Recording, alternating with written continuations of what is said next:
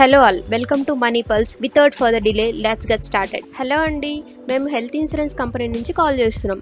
మీ ఫ్యామిలీలో ఎవరికైనా health insurance కావాలా? తప్పకుండా. నెలకు 1000 రూపాయలు ప్రీమియం పే చేస్తే 5 లక్షల వరకు మీకు ఇన్సూరెన్స్ వస్తుంది. కాకపోతే డయాబెటీస్ లేదా ఆల్కహాల్ హ్యాబిట్ ఉంటే అలాంటి వాటికి కొంచెం ప్రీమియం ఎక్కువగానే ఉంటుంది. గుర్తుపెట్టుకోండి, ఇన్సూరెన్స్ తీసుకోక ముందు మీకు ఏమైనా ఎగ్జిస్టింగ్ ఇల్నెస్ అంటే డిసీజెస్ ఏమైనా ఉంటే అటువంటి వాటికి ఇన్సూరెన్స్ చెల్లదు. మీరు 3 సంవత్సరాల పాటు వెయిట్ చేయాల్సి ఉంటుంది. ఇలాంటి సిచ్యువేషన్ మీరు ఫేస్ చేశారా? మనలాంటి చాలా మందికి తెలియని విషయం ఏంటంటే ఎటువంటి ఖర్చు లేకుండా 5 లక్షల వరకు ఫ్రీగా హెల్త్ ఇన్సూరెన్స్ పొందొచ్చు, అది కూడా ఎటువంటి వెయిటింగ్ పీరియడ్ లేకుండా. ఎస్, మీరు విన్నది నిజమే. ఆయుష్మాన్ కార్డ్ అంటే ఏంటి? ఫినాన్షియల్ గా వెనుకబడిన వారికి మెరుగైన వైద్య సేవలు అందించడమే లక్ష్యంగా మన సెంట్రల్ గవర్నమెంట్ ఈ పథకాన్ని ప్రారంభించారు. అయితే 2018 లో ప్రధానమంత్రి ప్రారంభించిన ఈ ఆయుష్మాన్ భారత్ యోజన 50 కోట్ల మందికి పైగా లబ్ధిదారులకు అందించడమే లక్ష్యంగా పెట్టుకుంది. సో ఇప్పటికే 10 కోట్ల మంది పైగా ఈ కార్డ్ ని తీసుకున్నారు. ఈ కార్డ్ బెనిఫిట్స్: మీరు ఏదైనా ఇల్నెస్ తో హాస్పిటల్లో జాయిన్ అయితే 5 లక్షల వరకు ట్రీట్మెంట్ కి అయ్యే ఖర్చు మొత్తాన్ని ప్రభుత్వమే భరిస్తుంది.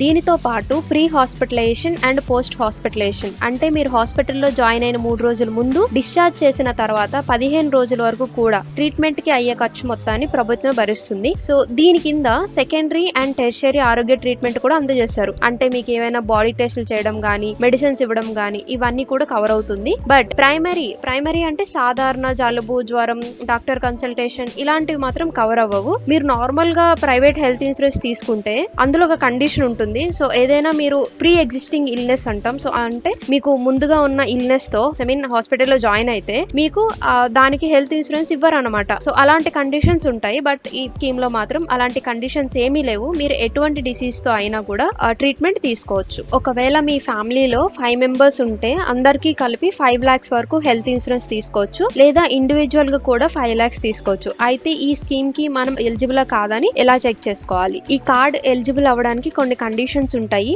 ఫస్ట్ అయితే మీరు ఇండియన్ సిటిజన్ అయి ఉండాలి. అండ్ ఎవరైతే 2 వీలర్ 3 వీలర్ కార్ ఉంటుందో వీళ్ళు ఎలిజిబుల్ కాదు.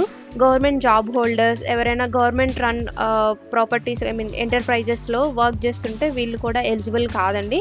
అండ్ ఎవరైతే ఓన్ హౌస్ ఉంటుందో వాళ్ళు ఎలిజిబుల్ కాదు. ల్యాండ్ 5 acres కంటే ఎక్కువ ఉన్నా, లేదా మిషన్స్, ఫార్మింగ్ మిషన్స్ ఎక్విప్మెంట్ ఉన్న వాళ్ళు, కిసాన్ కార్డ్స్ ఉన్న వాళ్ళు ఎలిజిబుల్ కారు. అలానే మీకు ల్యాండ్ లైన్ కానీ, రిఫ్రిజిరేటర్ కానీ ఇంట్లో ఉన్నాయంటే వాళ్ళు కూడా ఎలిజిబుల్ కాదు. అబా కార్డ్ ఎలా క్రియేట్ చేసుకోవాలి? సో మీరు ఫోన్లో అయినా చేయొచ్చు, లేదా ల్యాప్టాప్లో అయినా చేయొచ్చు. డైరెక్ట్గా గూగుల్లోకి వెళ్ళి అబా కార్డ్ అని సెర్చ్ చేయండి. అబా కార్డ్ మనం ఇలా సెర్చ్ చేయగానే వెబ్సైట్ ఓపెన్ అవుతుంది. సో ఇక్కడ క్రియేట్ ఆభా నంబర్ అని ఉంటుంది. So either we can create using or Aadhaar number, like మన ఆధార్ కార్డ్ యూజ్ చేసి అయినా అబా కార్డ్ క్రియేట్ చేసుకోవచ్చు, లేదా డ్రైవింగ్ లైసెన్స్ అయినా యూజ్ చేయొచ్చు. ఇలా ఆధార్ కార్డ్ పైన క్లిక్ చేయగానే మన డీటెయిల్స్ అడుగుతుంది. సో మన ఆధార్ కార్డ్ యొక్క డీటెయిల్స్ ఇవ్వగానే సో టర్మ్స్ అండ్ కండిషన్స్ చూసి వెంటనే మనకు అబా కార్డ్ అనేది క్రియేట్ అవుతుంది. లేదు అంటే మీరు సిఎస్ఎస్ సెంటర్స్ అని మన విలేజెస్లో ఉంటాయి, లైక్ కామన్ సర్వీస్ సెంటర్ అని అంటాము. మన ఆధార్ కార్డ్, మొబైల్ నెంబర్ తీసుకొని వెళ్ళామంటే వాళ్ళే ఎలిజిబిలిటీ చెక్ చేసి ఒకవేళ మనం ఎలిజిబుల్ అయితే వెంటనే మనకి కార్డు కూడా వితిన్ మినిట్స్లోనే ఇచ్చేస్తారు. సో దానికి రోజులు వెయిట్ చేయాల్సిన అవసరం అయితే ఉండదు.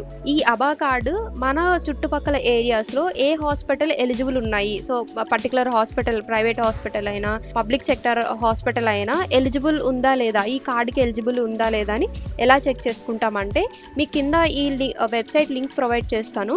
సో ఇందులోకి వెళ్ళగానే ఫస్ట్ అయితే మన స్టేట్ సెలెక్ట్ చేసుకోవాలి. For example AP. So AP select చేయగానే మనం హాస్పిటల్ టైప్ సెలెక్ట్ చేసుకోవచ్చు. ఐదర్ పబ్లిక్ హాస్పిటల్ మనకి దగ్గరలో ఉన్నవి, లేదా ప్రైవేట్ హాస్పిటల్ ఏవైతే ఉంటాయో వాటిని సెలెక్ట్ చేసుకోవచ్చు. సో ఇవి మనం సెలెక్ట్ చేయగానే డిస్ట్రిక్ట్ కూడా సెలెక్ట్ చేసుకోవచ్చు. District for example Tirupati. So we can select చేయగానే కింద ఇక్కడ నేమ్స్ చూపిస్తున్నాయి కదండి. సో ఈ 2 హాస్పిటల్స్ ఎలిజిబుల్ అన్నట్టు. ఓకేనా అండి, అర్థమవుతుంది కదా? సో ఇక్కడ నేను విలేజ్ చేంజెస్ అంటే లైక్ డిస్ట్రిక్ట్ చేంజ్ చేస్తే ఇక్కడ లిస్ట్ చేంజ్ అవుతుంది చూసారా.